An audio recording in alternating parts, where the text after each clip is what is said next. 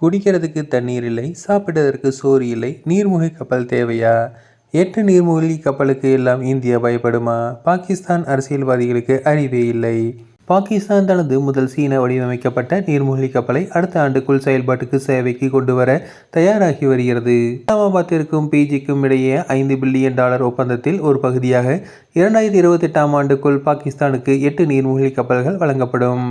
வடக்கு அரேபிய கடல் மற்றும் இந்திய பெருங்கடலில் ரோந்து மற்றும் பாதுகாப்பை உறுதி செய்யும் பாகிஸ்தானின் திறனை இந்த திட்டம் வலுப்படுத்த இலக்கு நிர்ணயித்துள்ளது. பாகிஸ்தான் கடற்படையின் தலைமை அட்மிரல் நவீத் அஷ்ரப் அவர்களின் கூற்றுப்படி கட்டுமான பணிகள் சீராக நடைபெற்று வருகின்றன.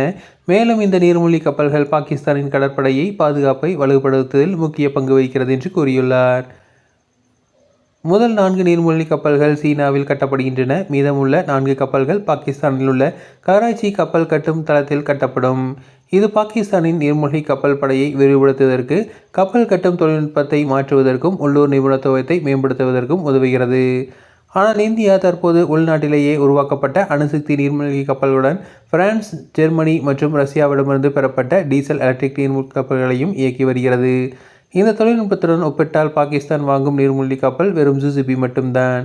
இந்திய இராணுவத்தின் கடற்படை வேற லெவலில் தொழில்நுட்பத்தில் அமைந்துள்ள நிலையில் 8 நீர்மூழ்கி கப்பலை வாங்குவதால் இந்தியாவை பயமுறுத்தலாம் என்று பாகிஸ்தான் சிறுபிள்ளைத்தனம் என்று சர்வதேச அரசியல் வல்லுநர்கள் கருத்து தெரிவித்துள்ளனர். இதில் காட்டும் அக்கறையை மக்கள் நலனில் கவனம் செலுத்தலாம் என்றும் பாகிஸ்தான் அரசியல் தலைவர்களுக்கு அறிவுறுத்தப்படுகிறது.